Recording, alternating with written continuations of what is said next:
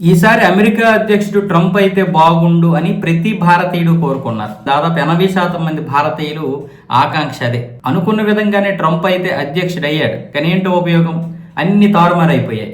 భారత్ పై కక్ష కట్టేశాడు. టారిఫ్ల విషయంలో కావచ్చు, టారిఫ్ల తర్వాత ఈ భారత్ పాకిస్తాన్ మధ్య జరిగినటువంటి ఉద్రిక్తతల పరిస్థితుల్లో కూడా తనకు అనుకూలంగా మార్చుకోవడం, ప్రతిసారి భారత్కి చికాకు కలిగించడం చేస్తున్నాడు. అయితే దీని అంతటికీ కారణం కేవలం ఇది మాత్రమే కాదు.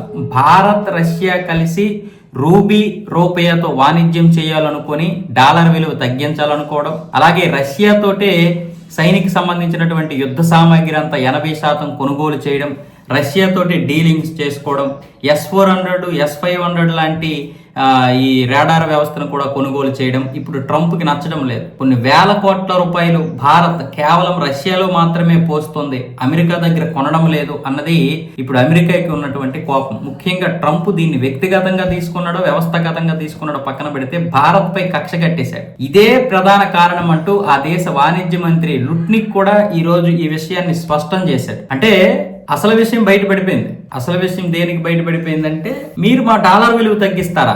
డాలర్ విలువ కాకుండా అంటే నువ్వు రూపాయితో వ్యాపారం చేసేస్తే మా డాలర్ని పక్కన పెట్టేద్దాం అనుకున్నారా అనేది ట్రంప్ యొక్క మనోభావం దెబ్బతిన్నది.